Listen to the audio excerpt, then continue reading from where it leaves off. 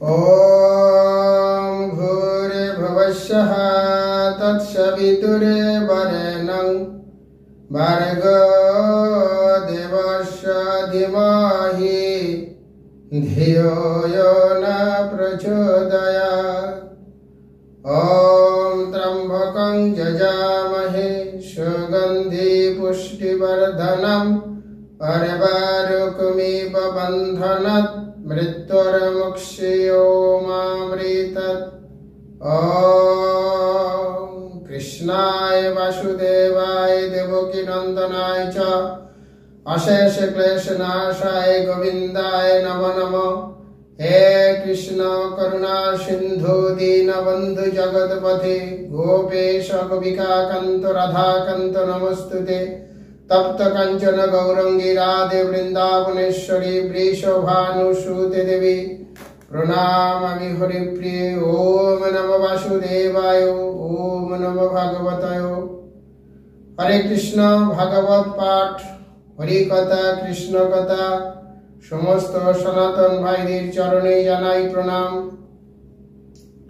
भागवत कथा कथामृत कृष्ण भागवत श्रवण करा कृष्णेर कथा श्रवण करा बहु जन्मेर पाप থেকে मुक्ति प्राप्त হয়ে গোলকধামে ফিরে যাওয়া যায়।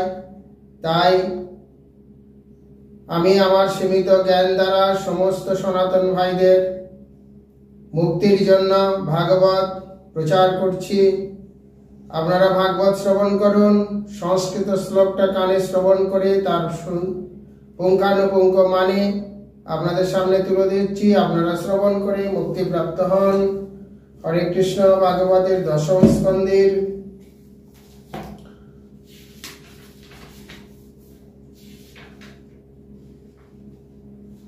দশম স্কন্দের 38 অধ্যায় অক্রূর বৃন্দাবনে আগমন।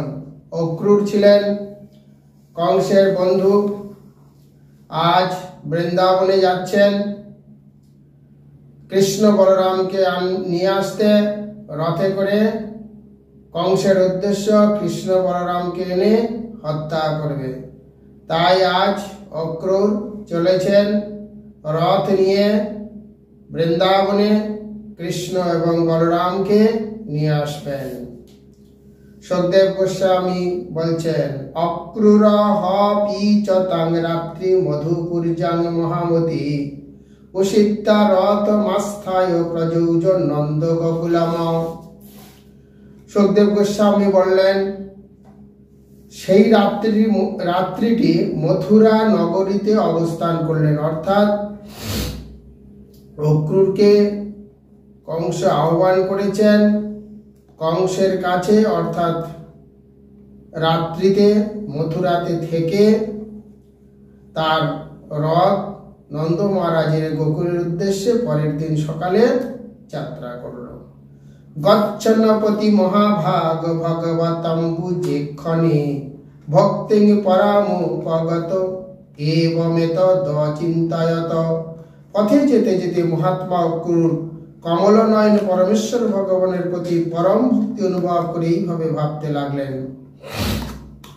পথে যাচ্ছেন আর ভাবছেন কমল নয়ন। কমল হচ্ছে কি পদ্মফুল, কমলের মতো সেই পদ্মফুল নয়ন চোখ আজ তিনি দেখবেন, প্রত্যক্ষভাবে দর্শন করবেন। কিং মায়া চরিতং ভদ্রং কিং তপ্তং পরমং তপ কিং বাথার পভূতে দত্তং যদদ্রক্ষমদ্য কেশবম।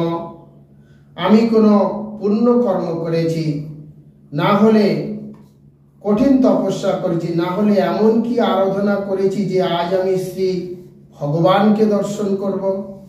অক্রূর মনে মনে ভাবছেন আমি পূর্ব জীবনে কোনো পুণ্য কর্ম করেছিলাম বা কোনো কঠিন তপস্যা করেছিলাম, তাই আজ ভগবানকে সামনাসামনি দেখব। মমৈতদ দুর্লভং মন্ন উত্তম শ্লোক দর্শনম বিষয়াত্মান যথা ব্রহ্ম কীর্তনম শূদ্র জন্মন। যেহেতু আমি একজন বিষয়মগ্ন জড়বাদী ব্যক্তি, তাই শূদ্রকুল জাতক কারো পক্ষে বৈদিক মন্ত্র উচ্চারণ করার মতোই, অর্থাৎ আমি একজন ভোগবাদী, অর্থাৎ বিষয় পিছনে আমি মর্ত হয়ে আছি এবং যেন মনে হচ্ছে কোনো শূদ্রের বৈদিক মন্ত্র উচ্চারণ মতো হয়ে গেল। আমি একজন ভোগবাদী জড়বাদী ব্যক্তি, আজ আমি দুর্লভ ভগবানকে দেখব, এই সুযোগ আজ আমার কাছে এসেছে। ময়িবং মমাধ মস্যপি সত্যেবাচ্যুত দর্শনম হ্রিয়মান কাল নদ্য চিত্তরতি কশ্চন। এরকম ভাবনা অনেক হয়েছে। শেষ পর্যন্ত আমার মতো একজন পতিত আত্মা অচ্যুত পরমেশ্বর ভগবানকে দর্শন করার সুযোগ পেতে পারে, কারণ কখনো কোনো বদ্ধ জীব কাল নদীতে বাহিত হয়ে তীরে পৌঁছে যায়। আজকের এইরকম একটা এখানে অক্রূর নিজেকে অনেক নীচ হীন এবং দীন ভাবছে যে আমার মতো একটা পতিত ব্যক্তি যার আত্মা অচ্যুত পরমেশ্বর ভগবানকে দর্শন করার মতো সুযোগ এসেছে।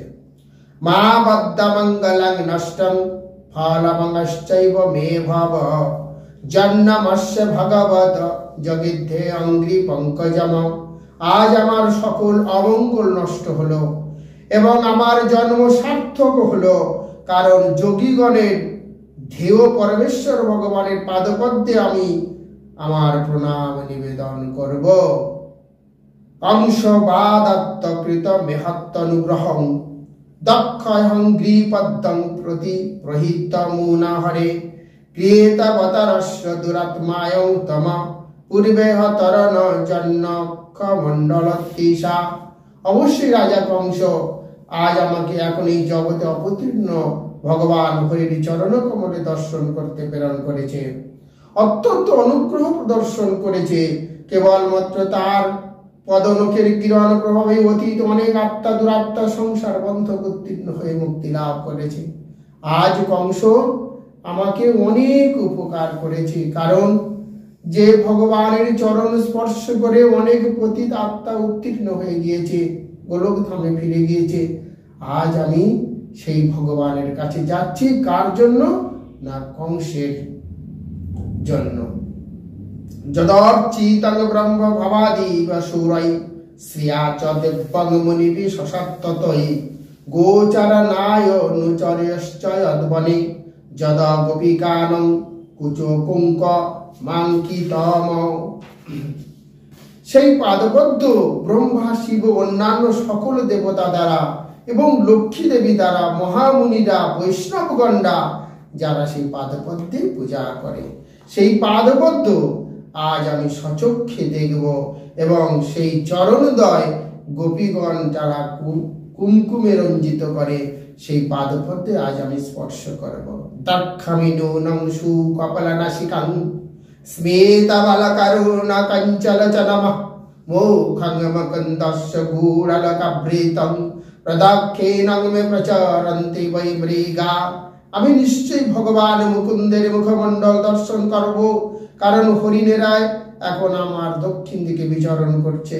তার কুঞ্চিত কেশদের আবৃত সেই মুখমণ্ডল, তার সুন্দর কপাল নাসিকা, তার সেই ছিত হাস্য দৃষ্টিপাত, রক্তমালা তুল্য নয়নদয় আজ আমি সব নিজের চক্ষে দর্শন করব।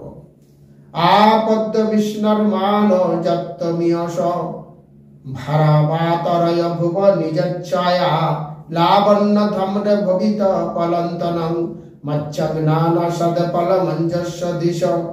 যিনি তার আপন মাধুর্যে এমন পৃথিবীর ভার লাঘবের জন্য মনুষ্য রূপে ধারণ করেছেন, যিনি নিজে এই পৃথিবীর প্রচুর ভারী হয়ে গেছে, অধর্ম এসেছে, সেই ভারী অর্থাৎ যে সকল অসুরেরা অন্যায় চালাচ্ছে, রক্তাক্ত করছে, সেই অসুরদের ভার অনেক বেশি হয়ে গেছে, অন্যায় বেশি হয়ে গেছে, অধর্ম বেশি হয়ে গেছে। সেই অধর্মকে নাশ করে পৃথিবীর ভারকে লাঘব করার জন্য সেই ভগবান আজ নিজ মনুষ্য রূপ দেহ ধারণ করেছে। সকল সৌন্দর্যের আধার সেই পরমেশ্বর ভগবান বিষ্ণুকে আমি আজ দর্শন করতে চলেছি। তাই এটা অনস্বীকার্য যে আমার নয়ন দুটে তাদের অস্তিত্বের সার্থকতা লাভ করবে। জয়িক্ষিতহং রহিতা পশ্চাৎ শত সতেজসপস্তদমুবিদভ্রাম সমায়োয়াত্মনরচিত্তয়স্তি খয়া প্রাণক্যদীবি সদা নিষ্পবীয়তে। তিনি জাগতিক কার্যকারণের সাক্ষী হয়ে সর্বদা অহংকার শূন্য। তার অন্তরঙ্গা শক্তির দ্বারা তিনি ভেদ ভ্রমরের অন্ধকার দূরীভূত করেন। তার মায়া শক্তির উপরে দৃষ্টিপাত করে তিনি জগতে জীবের প্রকাশ ঘটান। তখন তাদের প্রাণ ইন্দ্রিয় বুদ্ধিতে অপ্রত্যক্ষ তিনি অনুভূত হয়ে থাকেন। যস্য খিলামি বাহবি সুমঙ্গলাই বাচ বিমস্র গুণ কর্ম জন্মভি প্রাণন্তি সম্ভন্তি পুনস্তৈব জগত যস্ত ধীরত্ব সরসবনমত। পরমেশ্বর ভগবানের গুণ কর্ম আবির্ভাব সকল পাপ বিনাশ করে সকল সৌভাগ্য সৃষ্টি করেন এবং তিনি বিষয় বর্ণনাকারী বাক্য সকল পৃথিবীকে প্রাণবন্ত করে রাখেন, শোভিত পবিত্র করেন। অন্যদিকে তার মহিমা শূন্য বাক্য রাশি সবদেহের অলঙ্কার তুল্য। সচাবতীর্ণ কিল্ল শতন্তাম বৈ সেতু পালমর বর্জ্য শর্মকৃত যশ বিতম্বন ব্রজ আস্ত ঈশ্বর গায়ন্তি দেবা যদ শেষ মঙ্গলম। নিজ সৃষ্ট ধর্ম মর্যাদার পালনকারী সেই একই পরমেশ্বর ভগবান উন্নত দেবগণের আনন্দ বিধানের জন্য সাত্তত বংশে অবতীর্ণ হয়েছেন। বৃন্দাবনে বাস করে তিনি তার যশ বিস্তার করেছেন। সর্বমঙ্গলপ্রদ সেই যশ দেবতার গান করে থাকেন। তং তদ্দং নানং মাহাতাং গতিং গুরং ত্রিরক্কাকান্তং দৃশ্যমান্নহোৎসবম রূপং দধনং শ্রিয় ঈপ্সিতাস্পদং দ্রক্ষে মমাসন্নুশ্বাস সুদর্শনা। মহাত্মাগণের গতি ও গুরু ভুবন মধ্যে অদ্বিতীয় কামনীয় চক্ষুষ্মানগরের মহানন্দদায়ক প্রকৃতপক্ষে লক্ষ্মী দেবীর অভিলাষিত আশ্রয়স্থল তার সেই নিজ রূপ আজ আমি নিশ্চয়ই দর্শন করব এবং আমার জীবনের সকল প্রভাব হয়ে উঠবে মঙ্গলময়। অথাবরূঢ় সপদিশয় রথাৎ প্রধান পুংসশ্চরণং সলব্ধায়ে ধিয়া ধৃতং জগিরিভীরা পায়ং ধ্রুবং নমস্য আভ্যাং চ শকিনবনং কশ। অতঃপর আমি তৎক্ষণাৎ রথ থেকে অবতরণ করে পরমেশ্বর ভগবান কৃষ্ণ বলরামের চরণ কমল প্রণাম নিবেদন করব। আত্মোপলব্ধির তরে লাভের কঠোর চেষ্টায় মগ্ন যোগীগণ তাদের সেই চরণ চিত্ত ধারণ করতে পারে না। আমি ভগবানের গোবালক সখাবৃন্দ সকল বৃন্দাবন বাসীদেরও প্রণাম করব। আজই অক্রূর বলছেন আমি রথ থেকে লাফিয়ে পড়ব, পড়ে গোবিন্দের চরণে পড়ব। শুধু গোবিন্দের চরণে নয়, গোবিন্দের সঙ্গে যে সকল গোবালক গুলো ঘুরে বেড়াচ্ছে তাদেরও চরণে পড়ব। আপঙ্খি ঘুলে পতিতস্য মে বিভব শির সদ্য সন্নিচ হস্ত পঙ্কজম দত্তভায়ং কাল ভুজঙ্গরংসা প্রত্যাজিতনং শরণৈ শরং নীনম। আমি যখন তার চরণে পতিত হব তখন সর্বশক্তিমান ভগবান আমার মস্তকে তার কমল স্থাপন হাত রাখবে। বনশালী সর্পের মতো মহাকাল দ্বারা অত্যন্ত উদ্বিগ্ন হয়ে যারা তার আশ্রয় প্রার্থনা করেন এই হাত তাদের সকল ভয় দূর করে। সমর্হণং যত্র নিধায় কৌশিকশ তথা বলিশ্চাব জগত্রায়ন্দ্রতম যদা বিহারে ব্রজ ঘোষিতাং শ্রবণ স্পর্শন সৌগন্ধি কাগন্তয় পানুদৎ। সেই করকমল অর্থাৎ সেই দুটো হাত শ্রদ্ধার্ঘ্য অর্পণ করে পুরন্দর বলি স্বর্গের রাজা ইন্দ্রের মর্যাদা লাভ করেছিলেন এবং রাসনৃত্যের আনন্দময় লীলায় ভগবান যখন গোপীগণের স্নেহবিন্দু মুছে দিয়ে তাদের ক্লান্তি দূর করেছিলেন তাদের মুখমণ্ডলের স্পর্শজনিত সেই হাত সুগন্ধি ফুলের মতোই সুবাসিত হয়েছিল। ন মাচ্যুপৈ সত্তরি বুদ্ধি মাচ্চাদুত কংসস্য দূত প্রহিতঃপি বিশ্বদ্রীক জহন্তর্বহিশ্চেতসয়তদিহিতং ক্ষেত্রজ্ঞ ইক্ষত্তমলেনে চক্ষুষা। যদিও কংস তার দূত রূপে আমাকে এখানে প্রেরণ করেছে, তথাপি ভগবান অচ্যুত আমাকে শত্রু বিবেচনা করবে না। কারণ শেষ পর্যন্ত সর্বজ্ঞই ভগবান এই দেহ রূপ ক্ষেত্রের প্রকৃত জ্ঞাতা এবং নির্মল দৃষ্টিতে জীবের হৃদয়ের ভিতরে এবং বাইরে তিনি থাকেন। তিনি আমাকে সবকিছু জানতে পারবেন, বুঝতে পারবেন, তিনি অন্তর্যামী, তাই আমি তার শত্রু নয়। আপাঙ্ঘি আমূলায় বহিতং কৃতাঞ্জলিং মামিক্ষিত সশ্রীত মদ্রায় ধৃষ্যা সপদ্ম পদ্মস্ত সমস্ত কিল্লিশ বোরামুদাঙ্গিতাবিশঙ্কূর্ছিতাম। আমি যখন সংযতভাবে করজোড়ে তার চরণ প্রণাম নিবেদনের জন্য পতিত হব, তখন তিনি আমার প্রতি কৃপা শক্তি নয়নে দৃষ্টিপাত করবেন।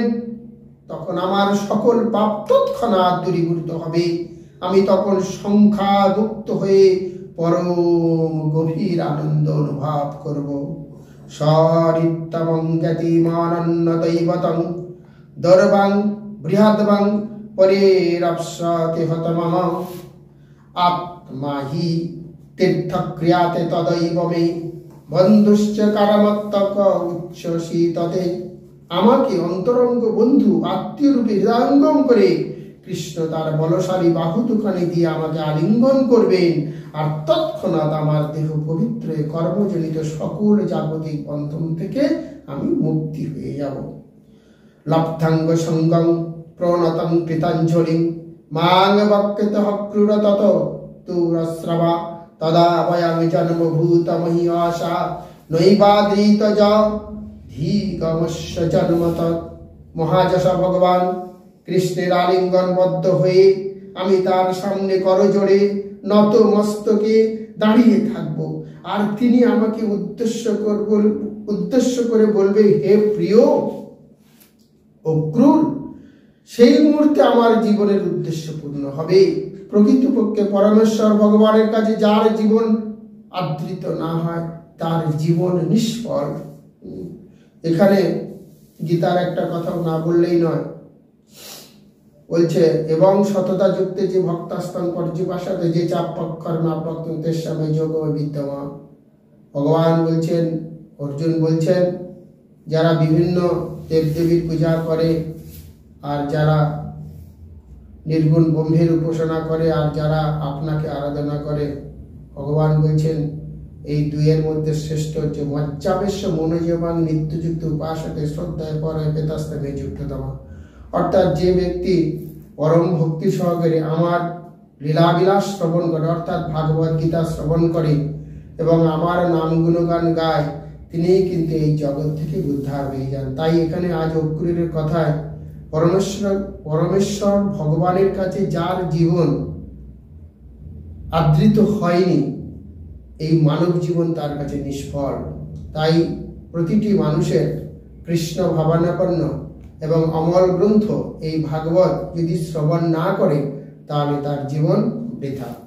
না তস্য কশ্চিদ্দায়িত সরিতম না চাপ্রিয় দেশ উপেক্ষয়ে বাবা তথা বিভক্তান ভজতে যথা তথা সুরদ্রাম যদুপাশ্রিত।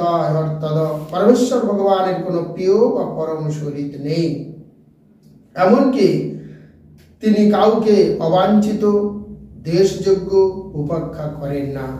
তার ভক্তগণ যেভাবে তার ভজনা করে প্রেমময়ী, তিনি সেইভাবে তার দান প্রদান করেন। ঠিক যেমন স্বর্গের কল্পবৃক্ষের কাছে প্রার্থিত সকল আকাঙ্ক্ষাই পূর্ণ হয়। এখানে অক্রূর বলছেন, ভগবানকে যে যতটা ভক্তি দিতে পেরেছে, যে যতটুকু ডাকতে পারে, ততটুকু ভগবান তাকে পূর্ণ করে। ঠিক স্বর্গের কল্পবৃক্ষের কাছে যে ফল চাওয়া যায়, ঠিক যেমনি ভাবে সকল আর সেই ফল দেয়, ভগবানের ঠিক তেমনি যতটুকু তার সেবা করা যায়, যতটুকু তাকে ডাকা যায়, তিনি ততটুকুই তাই দেন।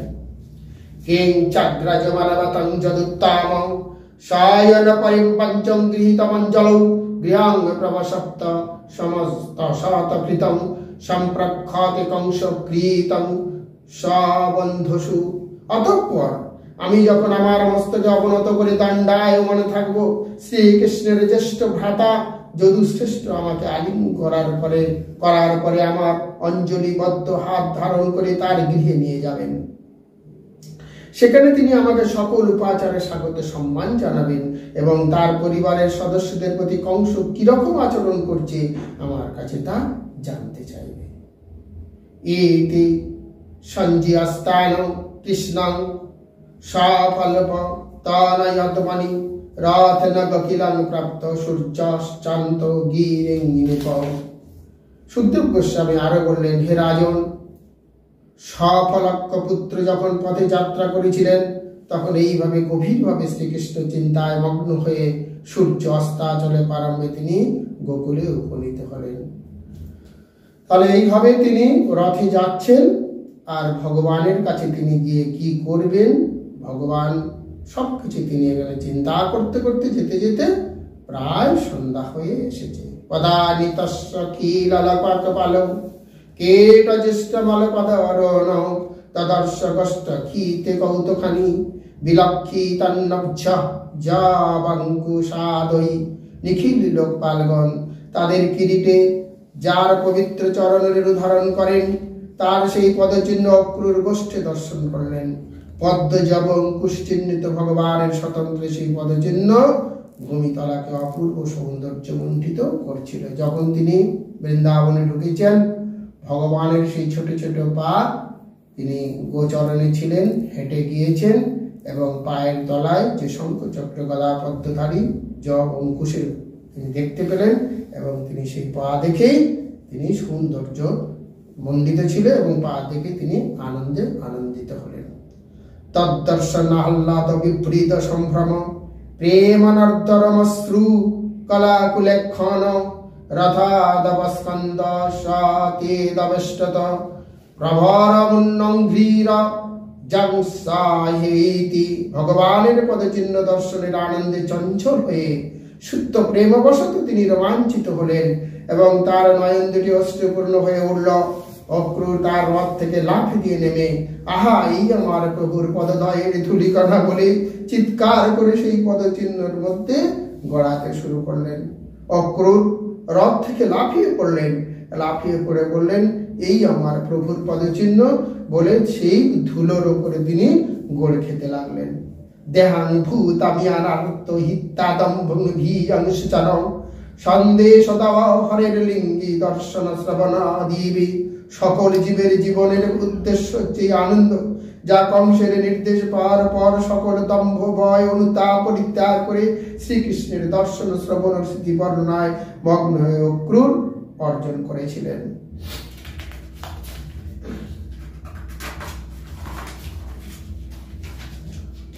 দদর্শ কৃষ্ণং রামং চ ব্রজে গোদায়নং গতৌ পেতনিলম্ভরধরৌ শরদম্বুরহিক্ষণৌ কিশোরৌ শ্যামলশ্বেতৌ শ্রীনিকেতৌ বৃহদ্ভুজৌ সামুখৌ সুন্দরবরৌ বালদীরদধি বিক্রমৌ ধ্বজবজ্রং শঙ্কু সম্ভোজিশ্চৈহিন্নতৈরঙ্ঘ্রির্ভীরজগমৌ শোভায়স্তৈ মহাত্মনৌ শানুকৃশস্মিতখনৌ উদারুচিরকরৌ শ্রমদীনৌ বনমালিনৌ পুণ্যগন্ধানুলিপ্তলঙ্গৌ স্নাতৌ বিরজবাসসৌ প্রধান পুরুষবাদৌ জগদ্ধেতু জগৎপতি অবতীর্ণৌ জগদার্থে সংসেন বালকশবৌ ধীশবিতিমীরা রাজনকর্বণৌ প্রভায় স্বয়ং যথা মরকত শৈল রূপাশ্চ কনকাইচত। অক্রূর কৃষ্ণ বলরামকে বজ্রের গোহদহন স্থানে দর্শন করলেন। অক্রূর কৃষ্ণ বলরামকে ব্রজের গোদহন, যেখানে গরু দেওয়া হচ্ছিল, সেখানে তিনি দেখতে পেলেন। কৃষ্ণ পীত বলরাম নীল বসন পরিধান করেছিলেন। কৃষ্ণ পীত রঙের, বলরাম নীল রঙের কাপড় পরেছিল আর তাদের নয়ন দুটি ছিল শরৎকালীন কমলের মতো, শরৎকালীন পদ্ম ফুলের মতো। বনশালীর বাহু সেই দুই বালকের শ্যামবর্ণের, একজন ছিলেন লক্ষ্মী দেবীর আশ্রয় স্বরূপ আর অন্যজন ছিলেন শ্বেত বর্ণের। তাদের সুন্দর মুখমণ্ডলের জন্য তারা ছিলেন পরম সুন্দর পুরুষ। তারা যখন সদায় হাস্যযুক্ত দৃষ্টিপাতে হস্তি শিশুর মতো বিচরণ করেন, তখন সেই দুই প্রধান পুরুষের ধ্বজা বজ্র অঙ্কুশ পদ্ম চিহ্নিত চরণ চিহ্নে ব্রজভূমি সুশোভিত হয়ে ওঠে। সেই দুই উদার মনোরম লীলা পুরুষ রত্নহার ও বনমালায় অলঙ্কৃত পবিত্র গন্ধ দ্রব্যে অনুলিপ্ত, সত্য স্নাত এবং নিষ্কলঙ্ক বেশভূষায় সজ্জিত ছিলেন। জগৎপতি স্বরূপ এই দুই আদি পুরুষ জগতের কল্যাণের জন্য কেশব ও বলরাম তাদের দুই পৃথক রূপে এখন অবতীর্ণ হয়েছেন। হে মহারাজ পরীক্ষিত, তারা যেন দুটি সুবর্ণ পর্বতের মতন, একজন মরকত মণ্ডিত এবং অন্যজন রাজ শুভ্র রূপ ছটায় সকল দিকে আকাশে তামাশা দূর করেছে। রথাৎ তুর্ণা মাপ্লুতা সহক্রিয় স্নেহ বিহল পপতচরণ পন্তে দণ্ডবত রামকৃষ্ণায়। স্নেহ বিহল ক্রূর তার রথ থেকে লাফ দিয়ে পড়লেন এবং কৃষ্ণ বলরামের চরণ প্রাপ্ত দণ্ডবত অর্থাৎ শুয়ে, দণ্ডবত অর্থাৎ সামনে শুয়ে প্রণাম করা, দণ্ডবত প্রণাম করলেন। ভাগবত দর্শনায় প্রহ্লাদ বাষ্প পর্যপুলেখানা পুলকাচিতাঙ্গ ঔৎকণ্ঠা স্বাক্ষরে নাশ কন্দ্রীপ। পরমেশ্বর ভগবানের দর্শনের আনন্দে অক্রূরের নয়নদ্বয় অশ্রু প্লাবিত হয়েছিল এবং তার অঙ্গ পুলকে শোভিত হয়েছিল। হে রাজন, উৎকণ্ঠাবশত তিনি নিজের পরিচয় দিতে সমর্থ হলেন না। চরণে পড়ে ছল ছল নয়নে কাঁদছে, আর কৃষ্ণ বলরাম তার পরিচয় জানতে চাচ্ছে, কিন্তু অক্রূর কোনো পরিচয় দিলেন না, কারণ তিনি উৎকণ্ঠা রয়েছেন। ভাগবাংস্তামভিপ্রত্যরথঙ্কিত পনিনা পরিরেভ ভূপাকৃষ্য প্রীত প্রণত বৎসল। অক্রূরকে চিনতে পেরে ভগবান কৃষ্ণ তার রথচক্র চিহ্নিত হস্ত দ্বারা তাকে কাছে টেনে নিয়ে আলিঙ্গন করলেন। কৃষ্ণ সন্তর অনুভব করেছিলেন অন্তর্যামী ভগবান, তিনি জানবেন না কে, তাই তিনি জেনে বুঝতে পারলেন ইনিকে, তাড়াতাড়ি তাকে টেনে নিয়ে আলিঙ্গন করলেন। কৃষ্ণ সন্তোষ অনুভব করেছিল, কারণ তিনি সর্বদাই তার শরণাগত ভক্তবৃন্দের প্রতি প্রসন্ন মনোভাবাপন্ন হন। যে এত কৃষ্ণ ভাবনাপন্ন তাকে চিনবে না, হয় না। ভগবান অন্তর্যামী, যারা কৃষ্ণ সেবা অর্থাৎ ভক্তকে চিনবে না তা হয় না, কিন্তু আজ ভগবান ভক্তকে চিনে ফেলেছেন। সংকর্ষণশ্চ প্রণত মুপগজ্য মহামানা গৃহীতা পানিনা পানি অনায়ত সানুজ গৃহম পৃষ্ঠাত স্বাগতং তস্मै নিবদ্ধ চ পরশানম প্রক্ষল্ল বিবিধ পদৌ মধুর কারণামহরত। শ্রী সংকর্ষণ অর্থাৎ বলরাম প্রণত রূপে দণ্ডায়মান অক্রূরের যুক্ত কর ধারণ করে শ্রীকৃষ্ণের সাথে তাকে তার গৃহে নিয়ে গেলেন। ভগবান বলরাম অক্রূরের হাত ধরল, ধরে নিয়ে তাকে টানতে টানতে নিয়ে যাচ্ছে অক্রূরের যাত্রায় কুশল জিজ্ঞাসা করতে করতে। নেবদ্ধগং চতীথায় সংবাজ্য সন্তমাদৃত অন্নং বহুগুণং মেধং শ্রদ্ধায় পাহরাদিব। সর্বশক্তিমান ভগবান বলরাম অক্রূরকে গাভী দান করলেন, তার শান্তি দূর করবার জন্য পদসম্বহন করলেন, আর তারপর অত্যন্ত শ্রদ্ধা সম্ভ্রমের সঙ্গে উপযুক্তভাবে প্রস্তুত বিভিন্ন সুস্বাদু অন্ন পরিবেশন করলেন। সেই বিশ্বনাথ চক্রবর্তী ঠাকুরের মতানুসারে অক্রূর কৃষ্ণ বলরামের বাড়িতে দ্বাদশী তিথির দিন গমন করেছিলেন, যেদিন সন্ধ্যায় কারো উপবাস ভঙ্গ করা উচিত নয়, কিন্তু তৎসত্ত্বেও অক্রূর এই অলৌকিক পরিত্যাগ করেছিলেন, কারণ এই লৌকিকতা পরিত্যাগ না করলে তিনি কৃষ্ণের ভগবানের দেওয়া অন্ন গ্রহণ করতে পারতেন না। তাই ভগবানের দেওয়া অন্ন গ্রহণ করার তাগিদে তিনি সেই ব্রত ভঙ্গ করেছিলেন। তস্मै গুপ্তবতে বৃত্তরাম পরম ধর্মবীত মুখা বৈশর্গন্ধমালই পরং প্রীতং বদত গুণ। অক্রূর তার তৃপ্তি সহকারে ভোজন করার পর ধর্মাজ্ঞ শ্রী বলরাম তার মুখবাস বন্ধু মাল্য প্রদান করেন। এইভাবে অক্রূর পুনরায় পরম আনন্দ লাভ করলেন। পপ্রচ্ছ শতকৃত্যং নন্দপথং স্তনীরব্রায়ে কংস জীবিত দাস সৌন পালৈবয়। নন্দ মহারাজ অক্রূরকে জিজ্ঞাসা করলেন, হে দাসার্থ, ক্রূর বংশ জীবিত থাকতে তোমরা কিভাবে জীবন ধারণ করছো? তোমরা ঠিক যেন পশু খাতকের যত্নাধীন মোষের মতো। নন্দ মহারাজ বলছে, ক্রূর বংশ অর্থাৎ কংস বংশের কাছে তোমরা কি করে বেঁচে আছো? তোমরা তো সেই যারা পশু হত্যা করে সেই পশু হত্যার ঘাতকের কাছে তোমরা যত্ন হয়ে মানুষ হচ্ছ। অর্থাৎ যারা পশু হত্যা করে খায়, পশু পোষে এবং যখন যেটা পারে সেটা মেরে খেয়ে নেয়। ঠিক আজ কংসের সেই ক্রূর বংশের কাছে অন্য কেউ বাস করলে তাদের কথা বলার কোনো ক্ষমতা থাকে না, যখন মনে করে তখন তাদের হত্যা করে। তাই আজকে নন্দ মহারাজ জিজ্ঞেস করছেন, আপনারা কি করে এখানে বাস করছেন? জহবদি তগশাসুস্তকান ক্রোশন্ত সূত্রীপখল কিং ন শীত তত প্রজনং বা কুশলং বিম্রসাময়ে। ক্রূর আত্মতৃপ্ত কারণে কংস তার নিজের ভগিনীর উপস্থিতিতেই রুদ্ধমান সেই ভগিনীর সন্তানদের হত্যা করেছে। তাই আমরা কেনই বা তার প্রজাদের কুশল জিজ্ঞাসা করব? নন্দ মহারাজ মনে মনে ভাবছে যে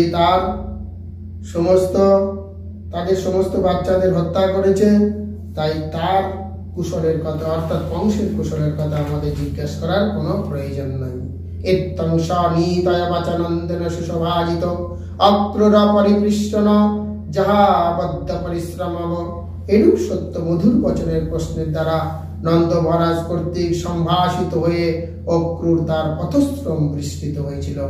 অক্রুর যে এত পথ অতিক্রম করে এসেছে, পথে যে কষ্ট হয়েছিল, আজ সামনাসামনি কৃষ্ণ বলরামকে দেখেছে, সেখানে আতিথেয়তা অর্জন করেছে, সেখানে খাওয়া দাওয়া করেছে, মুখশ্রী নিয়েছে, মুখ সুবাস নিয়েছে এবং আজকে তিনি আনন্দ প্রদান হচ্ছেন, তার কোনো কষ্ট হচ্ছে না। ইতি শ্রীমদ্ ভগবত দশম স্কন্ধের অক্রুরের বৃন্দাবন আগমন নামক ৮৩ অধ্যায় কৃষ্ণ কৃপাস্তি মূর্তি শ্রী অভয়চরণ বিন্দু ব্যক্তি বেদান্ত স্বামী প্রভুপাদের দিনহীনী দাস বিন্দুকৃত তাৎপর্য সমাপ্ত হলো।